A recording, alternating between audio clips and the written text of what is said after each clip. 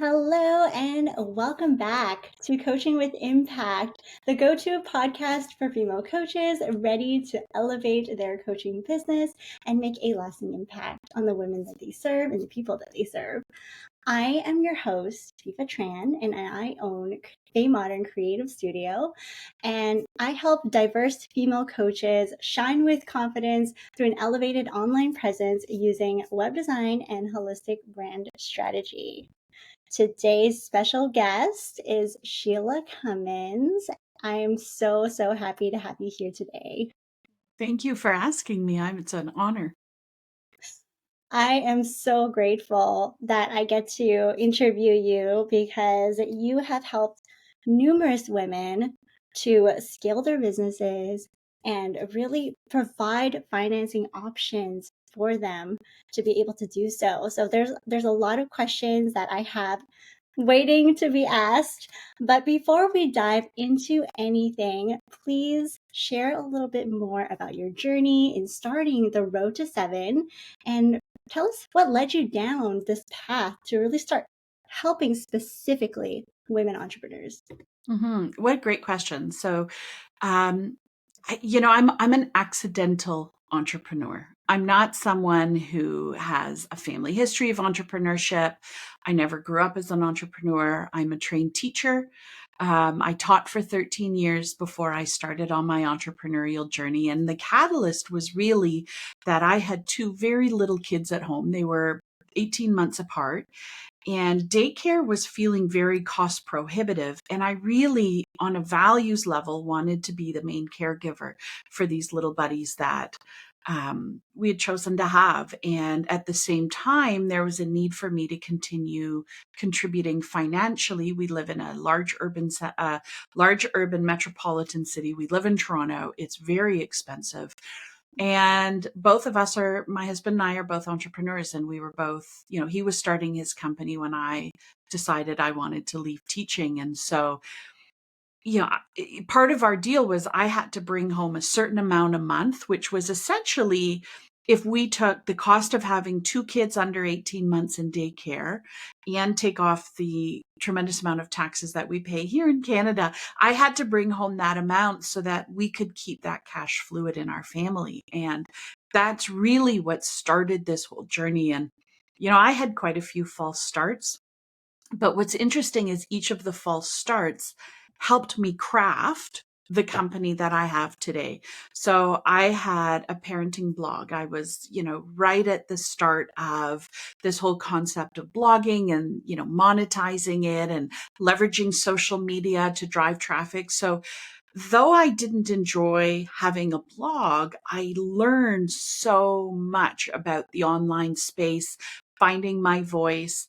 I was working with brands, so making money from the blog. But it just it didn't fill all my buckets. At the same time, I also was working for a corporate training company, designing and developing courses for them. And they specialized in leadership, sales, marketing, communications. And so I had the privilege again of reading everything that I could get my hands on, creating courses. I have a master's in curriculum teaching and learning. That is one of my specialties. And it's something I'm very good at, is taking content, making it attainable for an audience. And what I started doing is testing out some of these elements of business in my own company, in my own blog. Also, simultaneously, I was doing tutoring. So, past clients would reach out, they'd need help with either a specific something or for a longer term commitment. And so every day at around 3:30, we would have a babysitter come in. I'd go out tutoring for a couple hours. Our babysitter would do the power hours at home with the kids, and she would take them to the park and feed them and, get them all showered, ready for bed on certain days of the week. And I'd go out and make some really good money. Again, I ended up getting full. So I started putting friends of mine in tutoring. So I learned about hiring and scaling and, creating all of these things. But there was something about it that just didn't fit. I didn't love any of it. They were all a means to an end. And the pivotal moment for my journey was emceeing a women's entrepreneurial conference through contacts I had made online, by leveraging the corporate training, by sharing my experience with the tutoring. And in between each speaker, I would do a very small training segment. And at the end of that day, someone came up to me and said, Sheila, I'd like to hire you. And I was thrilled, but didn't really know why. And so she said, I'd like you to help me increase my sales. And I said, well, I've never done it before, but let's try it. And so then here we are 15 years later. And my company has grown and evolved over the last 15 years. You know, it started out being focused solely on education and training. And I would have courses about very specific things. I'd come in and speak to organizations and groups. And that was how I made my money. But then people were wanting more. They wanted more access to me. And so then I started working with them privately, but I could get them up to a certain point with knowledge. But then there was this invisible barrier that I found it hard to push people through. And having then hired a coach myself, it was sort of one of those like light bulb moments where I'm like, oh, this is where coaching comes in, because entrepreneurship is not just about systems, structures, and knowledge. There's a massive, massive part of it that's about mindset. So then I got certified as a coach, and I could use those modalities while working with women, and I could push them to new heights with their company. So I did that for a long time. And then fast forward to 2019, I went into the bank and asked for a business loan so that I could design and print my productivity planner that I had created. And the bank sort of looked at me blankly and said, well, we can't really give you a business loan, but we could give you, I don't know, maybe a personal loan. And so they dug a little bit further, and they didn't like my credit score at the time, which, if they had ever bothered asking, it's because I had been bootstrapping the growth of my own company. And, sometimes you got to leverage the credit that you have available. And for me, I had leveraged a credit card and a line of credit in order to have money so that I could invest in things that would get me to the next level. And so they didn't like the credit score, and they said, well, I'm not really sure we can give you a loan. And I think what's important to point out at that moment is I was well over six figures in revenue at that point. I had 30% growth year over year. I had positive P&Ls. I hit every marker that you would think would qualify for a business loan, but I wasn't big enough. And combine that with the fact that they didn't like my credit score, and we didn't have enough, my husband and I didn't have enough collateral to put up against the loan. They turned me down on my own to have a loan. And their suggestion was, well, maybe this loan would go through if your husband co-signed it. And it was just sort of one of these, like, am I in this sphere? Like, what? And I said, no, my husband's nowhere on my company. Like, we run two very different companies. We've kept our finances separate for very specific reasons, for the betterment of our companies. And I said, why do you need his cosign? They said, well, maybe as a guarantee. And I said, no, he's not cosigning. And I was very polite, but very firm. I said, this is ridiculous. He said, well, like, I don't know, could your dad maybe cosign? And I just looked at him, and I was like, the poor guy. Like, I was very nice and friendly. I'm not a rude person. And I said, I'm really sorry that you're the one who's transmitting this message to me, but I cannot tell you how offensive this is. And are you kidding me? Here's my data. Here is the actual data of my P&Ls, my tax returns, my everything. And you're telling me that you need my dad and my husband to co-sign my loan? And so, I left the bank absolutely in tears and called the only person I could think of right away, who was an acquaintance of ours through one of the hockey teams that the kids were on. And I called him an absolute blubbering mess. And I was like, you won't believe what just happened, blah, blah, blah. And he just sort of he just was great. And he said, give me the facts. So I shared all the facts, all the data points. And he said, I want you to walk down the street and go to this bank, talk to this person. We're going to get you set up with a business line of credit, a business credit card, this and that. And I had pulled everything out of that initial bank. And I'm really fortunate because I had a network that I could pull into who could take a stand for me and take a risk and take a chance on me. But not every woman has that. And that experience sort of percolated for a long time, and then combine that with the pandemic, when most 93% of the women I worked with fell through the cracks of all government funding. They were too big to receive the CERB, they were too small to receive the CEBA, and so they got no funding or support at all, other than championing and cheering from whoever was trying to help. And again, it was just one of those like pivotal moments where you sit there and you're like, okay, wait a second. I'm not going to change systemic bias. I can't change the banking system, but I think there's a way to work around this. And so I created a debt fund that offers loans to women entrepreneurs so they can make a very strategic investment somewhere in their company to scale. Things like having their book designed, developed, and printed. Things like getting Google AdWords, having a new website, getting copy written so that they could start converting better online. And, at this point, we work with very specific entrepreneurs. They are women. They are women. They are women who have not been able to secure a loan through their bank for whatever reason. We are not a debt consolidation. So we only work with women who they can have other debt, but they cannot owe taxes anywhere. They've got to have clean books. They've got to be up to date. And I work with them on where they're going to invest, because there's a lot of investments that become really shiny. And it's like, oh, I think if I just put money towards this, it's going to change everything. And it doesn't. And so I help them make very strategic investments. We put the money in very specific things, and then we measure and I monitor. We run a mentorship program with anyone who borrows from us.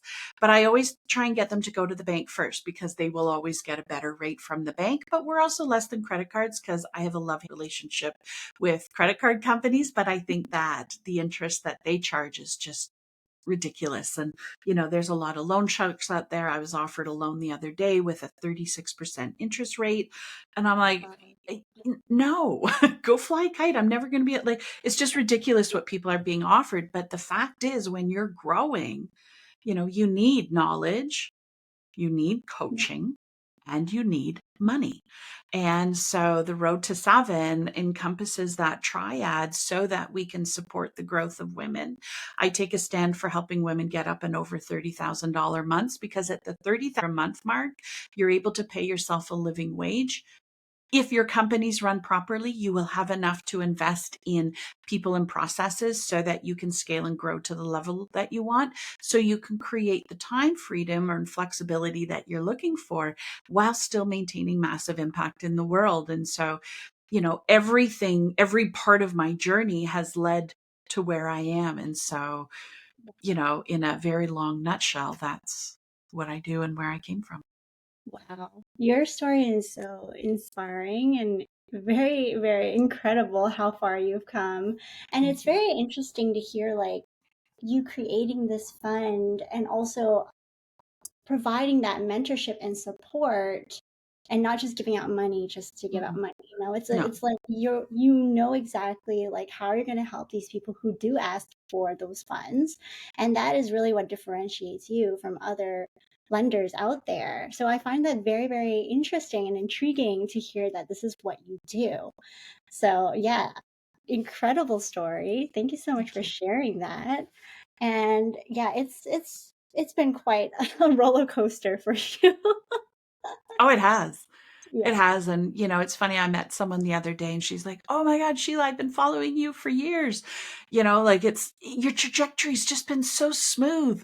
Like, I think you maybe just looked at Instagram, because behind the scenes, it has not been all that smooth.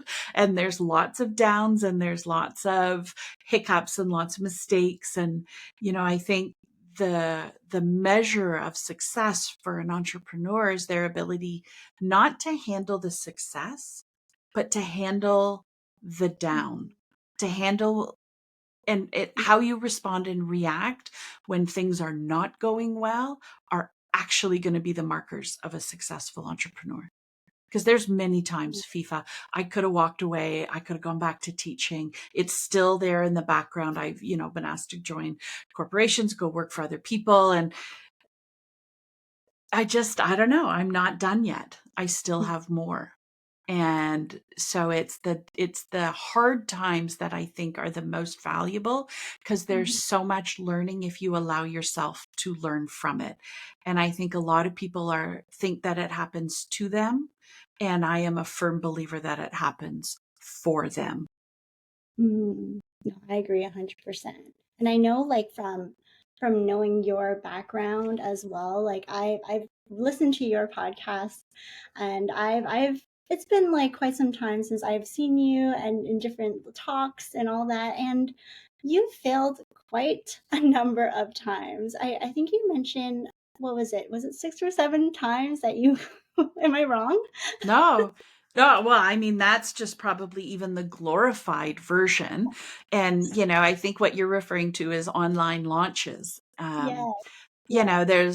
We see these massive online launches where entrepreneurs are making, hundreds and millions of dollars on the back end.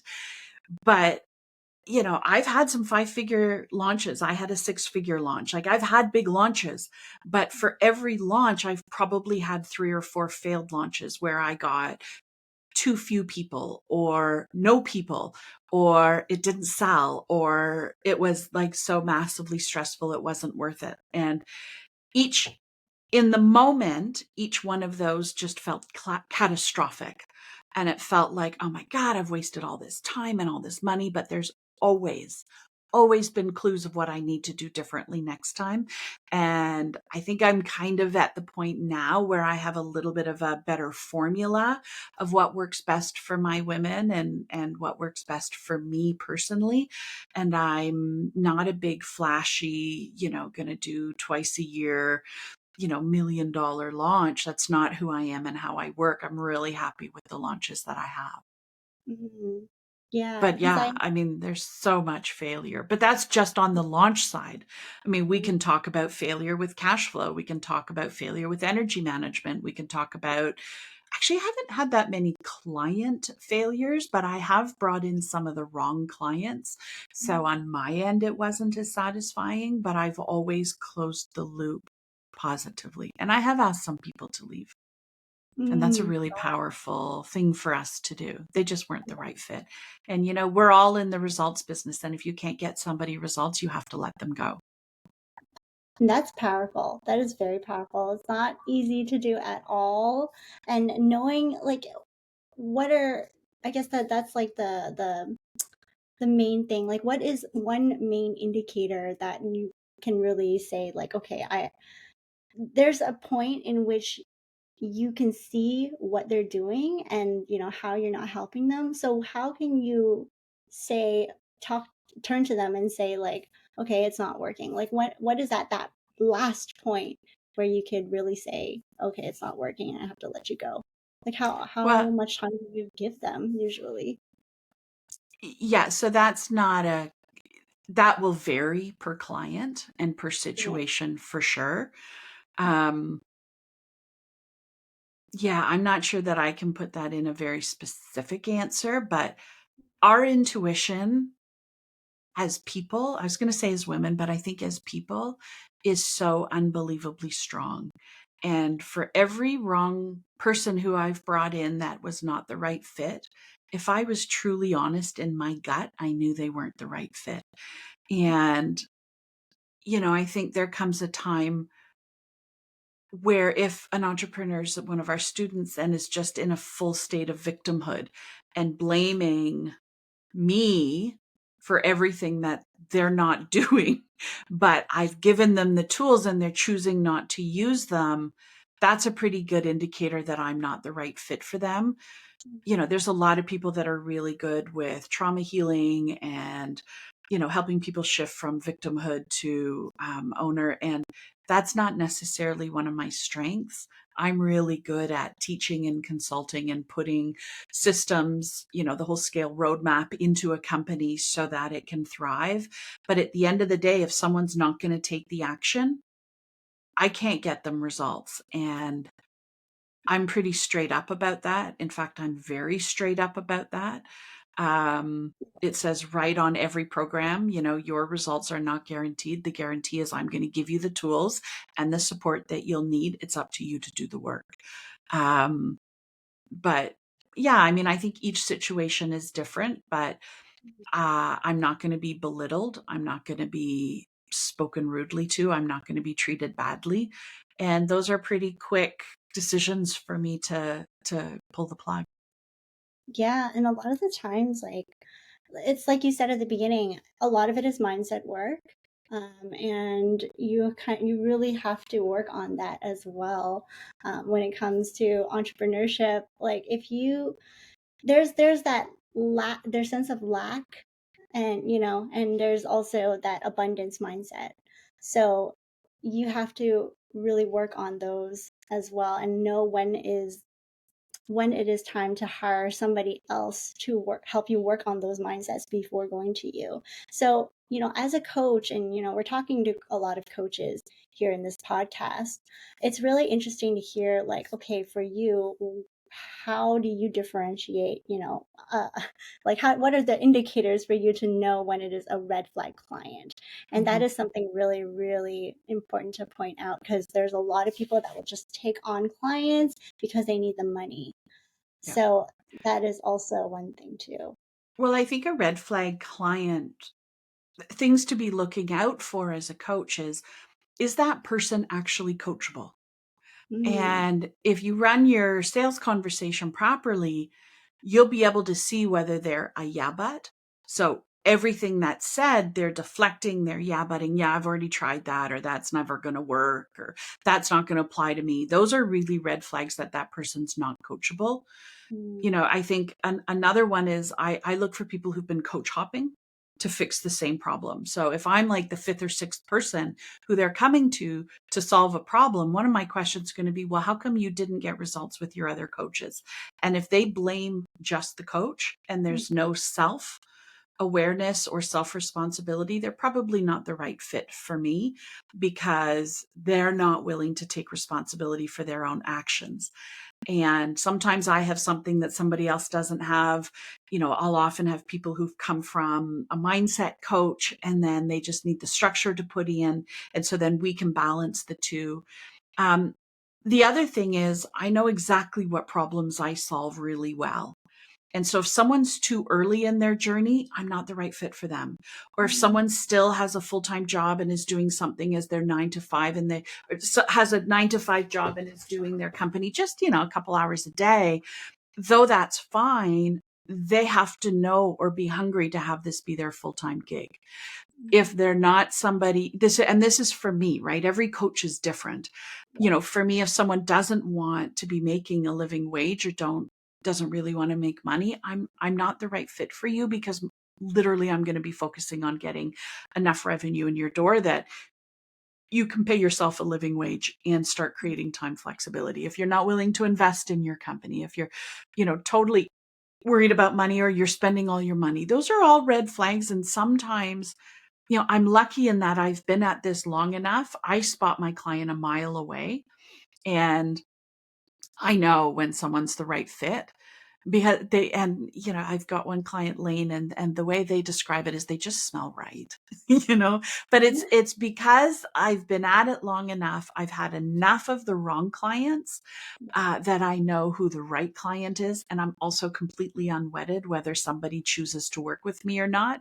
I'm still the same great woman and I have no attachment to them becoming a client. So mm, that works in my benefit. And I also have a proven track record. So I know that the right people always come and I can get them results. And that is all 100% mindset work, by the way. None of that is something that is a structured, teachable with a worksheet.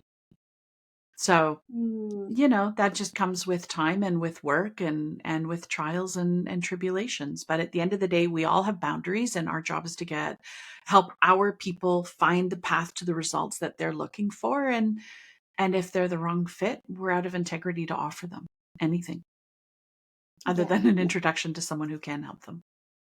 yeah, that's very well said about that.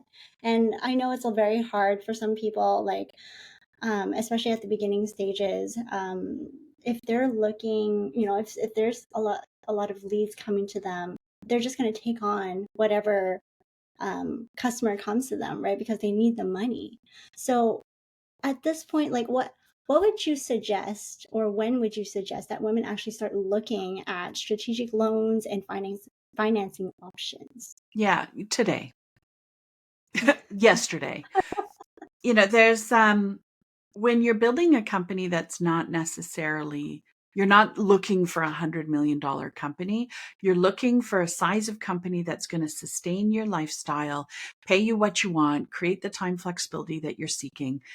There isn't really space in that level of company to have outside investors. And when you dilute your brand by bringing people in and you don't have room for it, that can cause problems. And what's so crazy about the bank system is they're only going to give people who have money. When you need it or you don't have it, they're not going to give it to you if you go the traditional banking route. And so all we can do as entrepreneurs is really understand our pricing, our cash flow, and make sure that we are monitoring and are on top of both of those every single month. And when we can stay on top of making sure that all of our taxes are paid, all of our costs are being covered, we're able to pay ourselves, and there's money left over, that's the time where you go and get capital because you may need it later. One of the most beautiful things is to go and apply for something and not have to use it right away. That works to your benefit. One of the things that I'm working against is a lot of banks are not going to give a business loan or credit card. It's masked as a small business something, but it's 100% tied to and affecting a personal credit score versus a corporate or business credit score. And again, that's just banking 101. That's how banks work.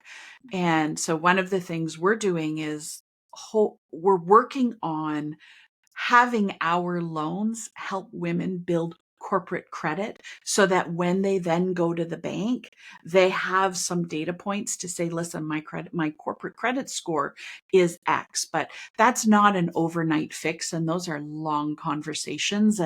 But it's something that we're working on. And so I think you have to understand that when you go and get a small business card, you have to ask point blank, is this against my personal credit or is this against my small business credit? And very rarely will you be given a small business anything. That's really good to know. See, I did not know that. And that's something that more women need to be educated about before they apply for loans and all these things. And it's amazing what you're doing. You're providing that access. You're providing the mentorship and support with it, and educating women on their choices. So now, when it comes to these common challenges that coaches often face when it comes to scaling their business, what would be that number one thing that you would say?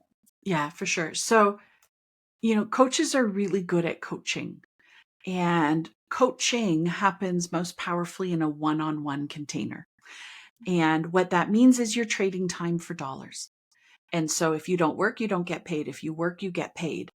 And to make the level of money that you might want to make, we've got to be looking at your offer suite so that we have some leveraged offers, meaning whether you're serving 2 people or 5 people or 50, 500 people in the same container, it's the same amount of time, energy, and work for you.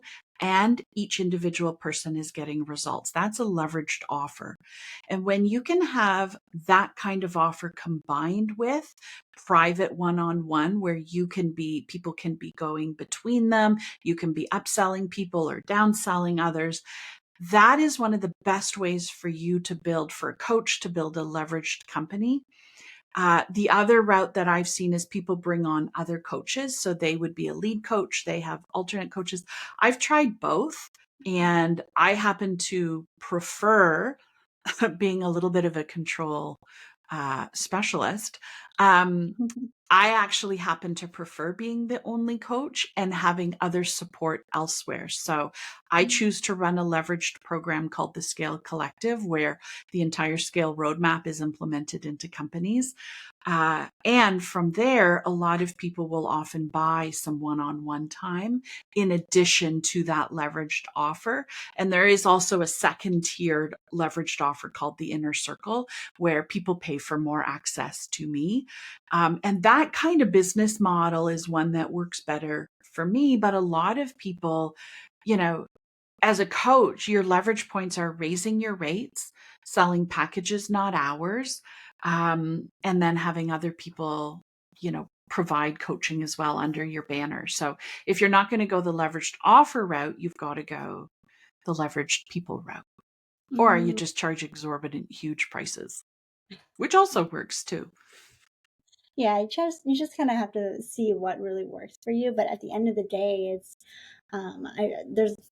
there's a different offer suite for everybody, and there's group coaching, there's one-on-one, there's so many different ways that you can go. And it's interesting that you mention that, yeah, some coaches just expand with other coaches and then they turn it into a whole company of coaches, right? But it's really, at the end of the day, like, is that the route that you're going for, and does it work for you? Because Hmm. some people just, they don't like that, and they just want to be that sole owner, like you. So Yeah.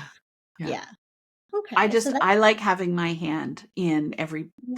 anybody who's investing in me. I am completely invested in them. And, I like having my hand in things. And, I had a terrific suite of coaches, but it meant that I was one removed, and I know that my system works. And as much as I was training them on my system, it just didn't feel right to me. And it does feel right to other people. And so this is where, we have full discernment and control over our choices, and you can build and scale your business however works for you. And so I have just happened to have come across uh, a program route that works better for me than some of the other ones. Mm, I love that insight. Thank you for sharing that. And um, in terms of, let's say, specific strategies or practices that you would recommend for marketing coaching services and attracting the right people, do you have anything that you can share with the audience on that? Yeah, for sure. I've said it a couple times that we're in the results business. And I think a lot of coaches get lost in the first part of, I help, whatever, women wake up feeling amazing every day. We'll just use that as an example. Um, but then they forget to talk about, and I'm guilty of this as well, they forget to talk about the work that they do, the process that they use, because they worry that they're going to give it all away. Mm, And if you want to think about a weight loss coach, for example, they're going to give you recipes, and I can have as many recipes in the world, but if I don't do the mindset and all the other pieces that go into releasing weight, I'm not going to get results. I'm just going to have a beautiful recipe book. And so when we can talk people through our unique process through our content, when we can share case studies where we talk about where someone was when they started, what we did to help them, and where they are now with the impact on their life, I think that's a real opportunity, because your followers see themselves in your journey, mm, and in your journey, but also the journey of your clients. And it helps build that understanding or relationship connection point of, oh, she understands what the problem is. She's got a whole pathway that she can help me through, because this is the kind of life I want on the back end. And I mm, think a lot of times I see a lot of coaches have all of their content focused on them, when yeah. really it has nothing to do with them. It has everything to do with the people whom they serve and the results that they get for others. And so highlighting that, I think, is a powerful engine. And one of the things that I had been resisting for a long time was writing case studies, because I had Mm, convinced myself that none of my clients would want anyone to know that I was working with them. And when I made an ask to write case studies about some very successful women, they were so excited to be featured and for me to tell their story. And, it still is something that I'm working through. But what happens is people are like, oh, well, so and so did that because of the work that Sheila did. I want to do that too. Maybe I should work with Sheila too. And I think, even that case study, I know we work on it in the Scale Collective, but that's huge. It's just helping people understand there are so many coaches out there who are not able to articulate the results that they get for people, and it hurts them. I like that you mentioned case studies because I agree. Like, I worked with a lot of coaches when it comes to building their websites and stuff, right? But a lot of them don't have case studies. They just have testimonials, and then Right. and then they talk about it a little bit, but they don't have a full on case study page or like a section just talking about the wins of their clients and how they've helped them. So I Yeah. like that you bring that up, and I love that because in full transparency, I am in Sheila's program, the Scale Collective, and that is definitely something that I was introduced to by you to really work on. And that has really opened my eyes to a lot of things where it's like, okay, I'm really reflecting back on the problems that they did face when they came to me in the first place. So I can write about that and then give people perspective on why they decided that this is the time for me to make an investment and invest in FIFA or invest in somebody. And this is what you're nailing down the whole process and everything when it comes Yeah. to writing down a case study. So Yeah. And, for you, when you share the stories of the people who you've helped yeah. and what their business looks like now as a result of the high converting website that you've built for them, people want the high converting website, but they don't really understand what goes into doing that. And the more stories that you can tell of your clients that you've impacted their life and their business through just having a really great website, people want that. And, that's what you're so good at, is building those sites. So yeah, Yeah. get FIFA to build your site, for goodness sakes. I love that. Okay, so we talked about a lot of different things. And the last question for you would be about what trends do you see looking ahead? What do you see changing in the coaching industry? I notice that the most successful coaches at the moment are those who are able to share their own journey and story as opposed to just teaching and telling. Mm, So if you were to look at, the most successful coaches out there, they are successful and they're teaching you how to be successful based on their journey. And there's a lot of times, and again, like, I speak to this from my own experience. I'm an educator at heart. If you go back through content, even a year ago, it's all going to be education based, telling me what I need to do, as opposed to showing and being transparent about behind the scenes how I get results for me and my people. And that transparency is so important.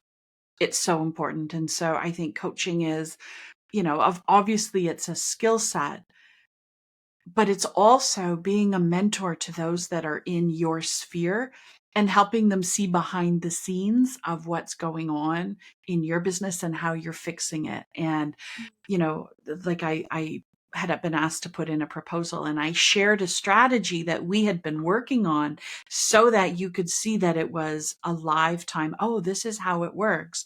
And, now she's just been hired to do this, this, and this. And I think that transparency and having the coach own their own process and their own results and showcasing that along with their clients is the trend that I see working the best right now. mm. So stop telling and teaching.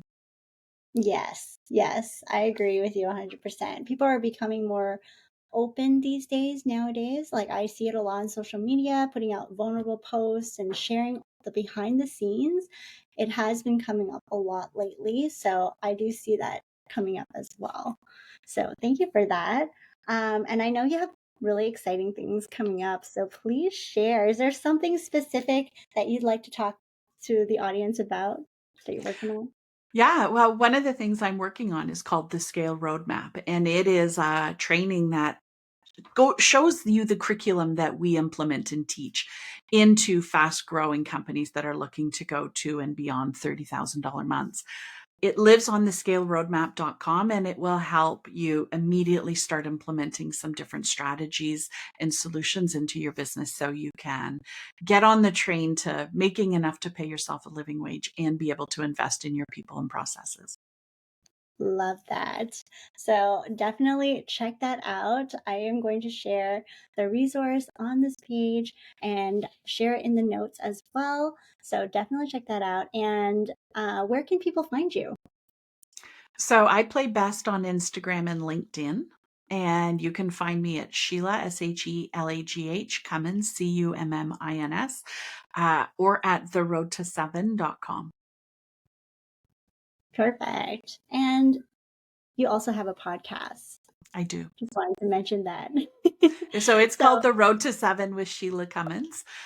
We are on a hiatus right now, but I will be launching another bunch of episodes in the spring, summer.